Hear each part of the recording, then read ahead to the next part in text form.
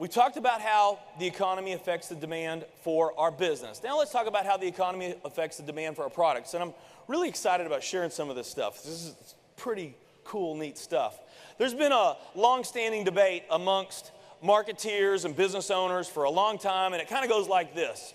Is it better to market a product that fulfills a want, or is it better to market a product that fulfills a need? A want product's kind of like chocolate. You don't need chocolate, but you want chocolate, right? Water, it's a necessity of life. You need water. Now, those on the want camp, what they'll almost always say is, people will buy what they want before they'll buy what they need. And you know what? There is definitely some truth to that. The fact is, there's really good arguments on both sides. What's interesting about leisure travel is leisure travel has qualities of both a want product and a need product. On the need side, there's definitely something to be said for people and their quest for overall well-being, health, sanity, okay?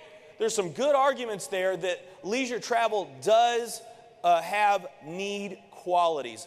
But I think we'd all agree that overall, leisure travel is more of a want product.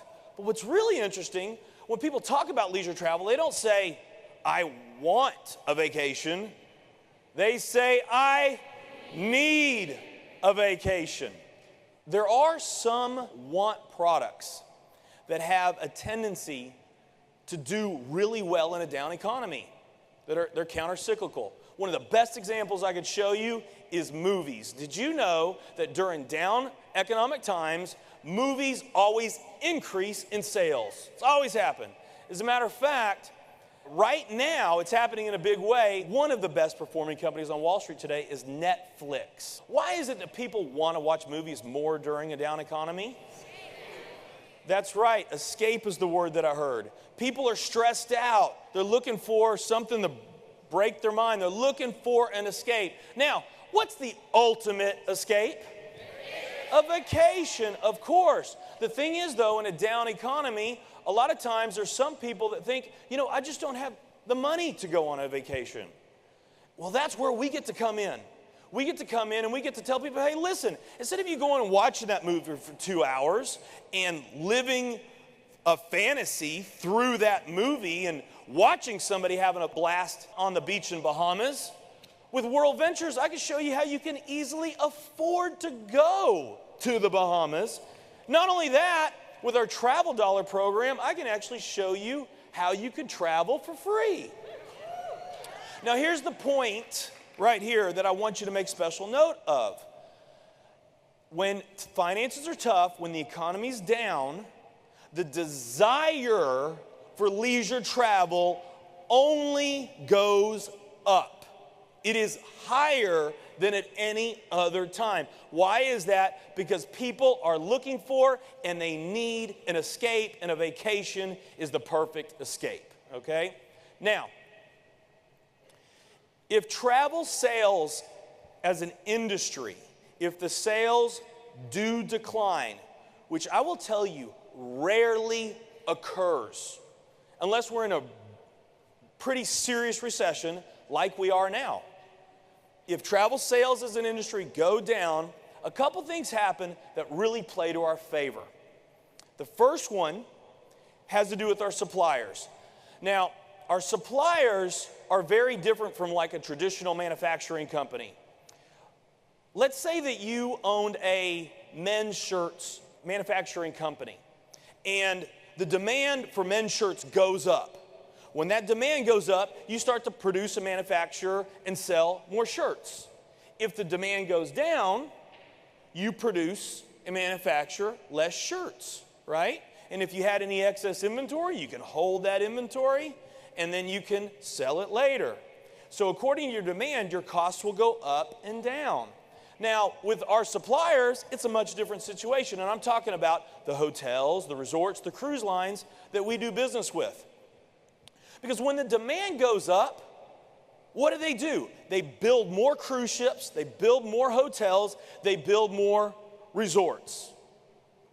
When the demand goes down, here's their costs. Demand goes down, their costs don't go down for the most part. They can't take back what they built, okay? And their inventory, their unused inventory, those hotel cabins and cruise ships, it's like perishable goods, vegetables and fruit sitting on the produce shelves. They only last for a certain time. You got to sell them or they're gone. They have the exact same situation. So this puts them in a not so good situation if travel sales go down for them. Okay, because the way we do business, or one of the ways we do business since we've launched this company, is we go out, we reach out to our suppliers, which we have really good relationships with, and we negotiate the very best prices we can in behalf of our members, and we're able to get some amazing rates because of our business model. What's happening more and more, and it's only increasing, instead of us now reaching out to them, they're calling us up. And let me tell you something, that does put us in a better negotiating position, and they are much more motivated to work with us on price. So it's a real win for us. We get better pricing. And one of the reasons why they're calling us up, by the way, is because they know we have a very unique, special ability. If there's a week or a month or whatever that is really low in sales, we have the ability to put a lot of people at that location and on those dates in a way that no other company can. So our suppliers are our partners. We get a chance to go and we help our suppliers. They need us. We fill a need. We become the hero to our suppliers. We get better pricing for our members. We become a hero for our members. And the value of the product only goes up, making it easier for you to sell the product. Now, what just recently happened that's only amplifying this situation is what Wall Street calls the AIG effect. The AIG effect, it was named after AIG receiving $85 billion in the form of a government bailout. And days later, they spent $440,000 on a luxury excursion for their executives. The government and media demonized them. They were slaughtered in the media for this, and all the publicly traded companies out there were watching very carefully. So they have put the brakes on corporate travel in a big way. Now, fortunately for us, we're a leisure travel company, so it doesn't really affect us. Who does it affect? Let me tell you something.